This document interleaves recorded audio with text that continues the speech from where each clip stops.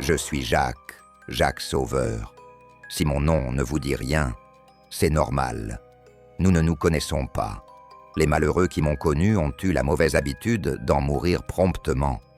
Mais cette vie est terminée, à présent. Je n'aspire plus qu'à profiter de mes derniers instants dans la paix. Mais surtout, ce que je veux avant de m'en aller à mon tour, c'est raconter une histoire terrible, une histoire dramatique, une histoire horrifique. Et pourtant, cette histoire est véridique. Je vais vous raconter l'histoire de Émile Trapu.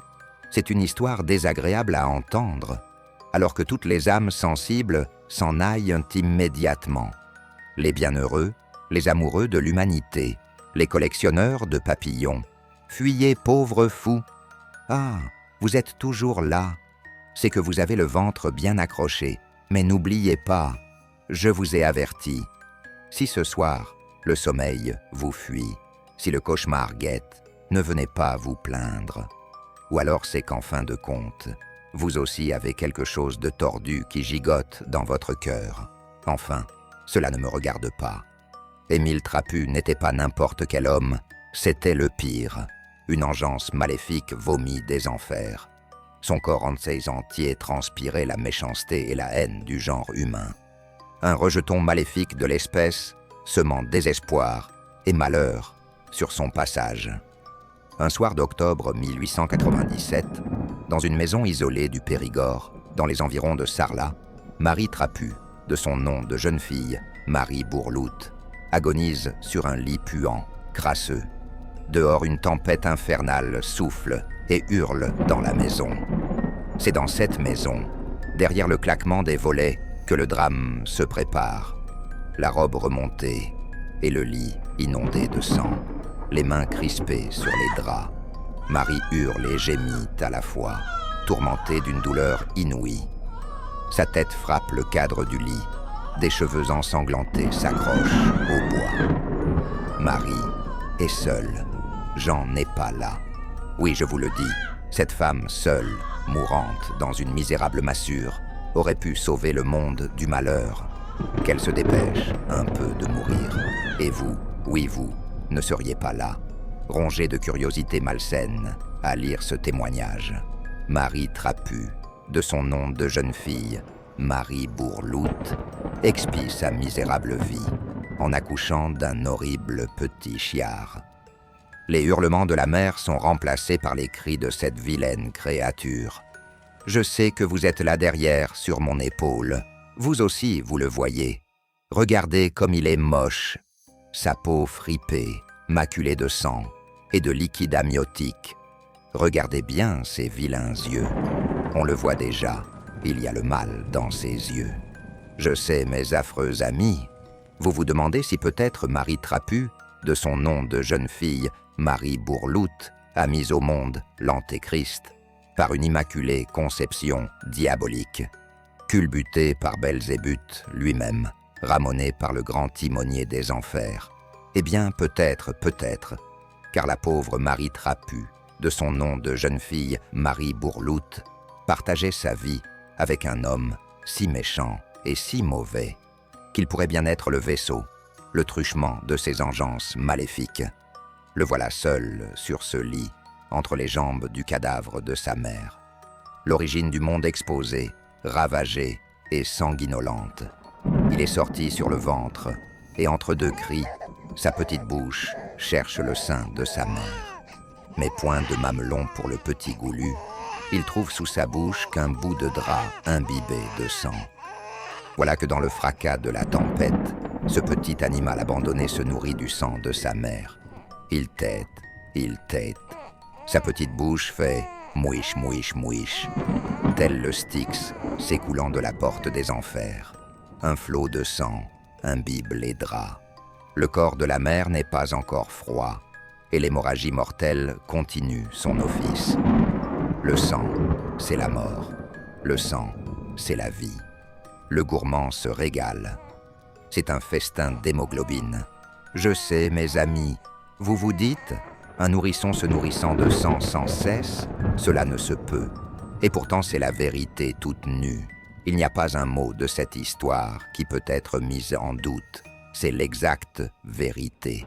C'est certainement en ce jour maudit que cet enfant, cet Émile Trapu, a pris goût au sang. Je suis sûr que vous aviez déjà compris qu'il s'agissait d'Émile Trapu, mes perspicaces amis. Il resta seul sur ce lit pendant 3 jours et 3 nuits, ressuscitant tel Jésus, à la seule différence que lui n'est jamais mort. Pendant ces jours et ces nuits, Dieu seul sait les pensées exécrables que ce petit marcassin a ruminées dans sa caboche. Au matin du 3e jour, le curé du village vient prendre des nouvelles de la pauvre mère. Ce curé, qui avait pris l'habitude de culbuter la mignonnette en cure, se dit que la place devait être libre à nouveau. En ce siècle, dans ces campagnes reculées de la France profonde, le curé est souvent le premier représentant de Satan. Ivrogne, paillard et illettré, la bure retroussée à la moindre occasion, le cierge dressé. C'est donc lui, Jérôme Broussard, curé de son état, qui trouve l'enfant à côté du corps roidi de cette pauvre Marie Trapu, née Marie Bourloute. Alors bien sûr, vous vous dites « Alléluia, voilà l'enfant sauvé. Que n'ira-t-il dans quelques douillets orphelinats, nourri, logé et instruit par un jésuite ?» Je le sais, je l'entends.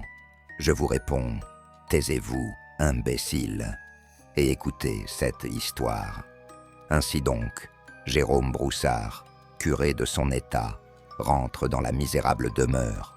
Rien ne l'avait préparé à la vision d'horreur qui l'attendait.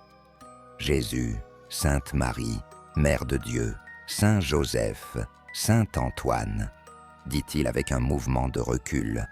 La mère, figée dans une posture impie, lui rappelle quelques souvenirs coupables. Et l'odeur, quelle épouvantable odeur!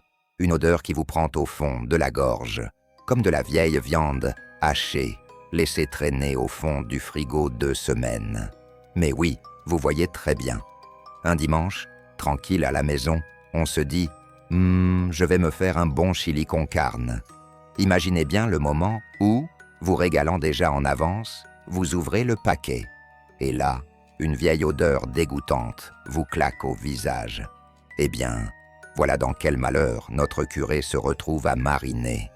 Jérôme Broussard, curé de son état, n'est point complètement idiot et prend immédiatement la situation en main en parant au plus urgent. Dans la cuisine, il trouve une vieille bouteille d'eau-de-vie et la vide à grande rasade. Après un rot appréciateur, il remarque alors un petit paquet remuant entre les jambons maternels. Saint Bernard, Sainte Sophie, Sainte Ursule, murmure-t-il en se signant. 1 fois, 2 fois, 3 fois.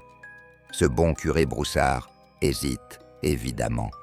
Il s'approche du gigoteur, l'air peu ragoûté. Quel petit monstre, la bouille barbouillée de bouillie sanglante et coagulée. Saint Patrick, Saint Jackie et Saint Michel, murmure le saint homme. Par quel miracle ce petit homme vit-il encore? Il se penche et croise les yeux noirs de la créature. Au fond de lui, il sait très bien. Il sait très bien que quelque chose cloche, l'orbite ne tourne pas rond. Il sait que la bonne décision est de laisser cette petite crapule, là, ici, à mourir sur ce lit. Malheureusement, le curé Broussard est curé de son état, et son patron chasse l'intelligence à coups de marteau dogmatique. Chaque vie est sacrée, alléluia. Par devoir, notre Broussard s'empare du petit renardeau pour le ramener au poulailler. Sur le chemin, il réfléchit et se pose la question la plus importante. Voilà des années qu'il dégaine la chandelle avec la Marie Trapu, née Bourloute. Se pourrait-il que ce chenapan soit de lui? Après avoir emballé le poupon dans un drap, Jérôme Broussard rentre au village. Sainte Pauline et Saint Marc, que vais-je faire de ce petit? Il le débarbouille dans le bénitier et se sert un petit coup de vin de messe. Une migraine le prend alors, fulgurante, c'est une idée. Il a eu une idée. La femme du boucher, Delphine Macarel, née Cramont, venait d'accoucher d'une petite fille. Fichtre, que la maquerelle Macarel avait des seins généreux, dodus comme deux grosses courges, des mamelles comme des cornes d'abondance. Le petit ne manquerait de rien. Marcel Macarel, boucher du village à la figure de l'emploi, la joue rouge, le couteau rouge, les idées rouges. Il découpe tout ce qui lui passe sous la main. Ah, mes amis, quelle erreur vient de commettre notre curé Broussard. Le petit vampire allait pouvoir se nourrir à la source. Car vous imaginez bien que la boucherie du 19e ne ressemble pas à un étalage à Carrefour. Ça dégouline, ça pue, ça bourdonne. Et le peuple n'est pas regardant. L'ami Marcel en profite pour arrondir ses fins de mois, en achouillant toutes sortes de bidoches pas catholiques. Parfois un petit tuberculeux, une petite fiévreuse, une bouche à nourrir improductive disparaissent, et personne ne s'en plaint. Est-ce à cela que pense Jérôme Broussard? L'idée l'a effleuré, peut-être, certainement. Mais voilà, après Marie Trapu, née Bourloute, c'est au tour de Marcel Macarel de ne pas saisir l'occasion.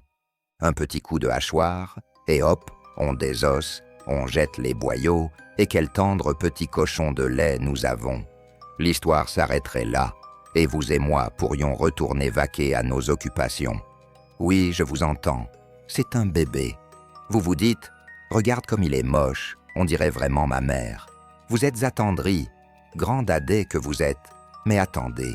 Attendez de savoir quel ravage cette âme maudite va déverser sur le monde. Ainsi donc le petit Émile est mis en nourrice chez la mère Macarel, née Cramont. Après 3 jours nourri au sang de sa mère, le rejeton est tout famélique. Voilà qu'on lui présente sous le nez le téton rebondi, perlant d'une goutte d'orgeat lactifère. Il tète, et sa petite bouche fait miouche, miouche, miouche. La faim est trop forte, et il se rince le gosier à grande gorgée. Mais vous le savez bien, mes amis, que quand le corbeau est plein, les cerises sont amères. Certes, ce lait est riche et nourrissant, mais il n'a pas cette délicate note féreuse du sang divin. Il n'a pas ces petites croûtes coagulées qui croquent sous la dent. Bon, dans notre cas, qui roule sous la gencive, ce petit mioche est déjà un gourmet, et il juge le dîner bien tristounet, bien fade. Et pourtant, tout autour de lui, les senteurs de la boucherie lui taquinent le nez, lui frisent les papilles. Morte couille, pense-t-il, se moque-t-on de moi? Alors il hurle comme un forcené, sans arrêt, un cri à vous glacer le sang. Je vous vois, vous commencez à douter de mon histoire. Vous vous dites, alors oui, on nous promet des trucs dégueux, des choses horribles, et on se retrouve avec un marmot qui braille. Qu'est-ce que c'est que ces fadaises? On nous prend pour des jambons. Patience, mes amis, l'histoire ne fait que commencer. Mais si vous souhaitez partir, partez. Tournez-vous et partez sans vous retourner. Si vous ne me croyez pas, tirez-vous. Adieu. Bien, je le savais. Vous êtes encore là. Je vous avais remarqué, vous en particulier. J'avais remarqué cette petite lueur de concupiscence malsaine au fond de vos yeux. Laissons ces tristes cires s'en aller et restons ensemble. Allons, venez plus près de moi, mon petit. Approchez de votre ami Jacques. Encore un peu, n'ayez pas peur. Profitons un peu tous les deux et reprenons tout à l'heure. Ah, quelle gourmandise!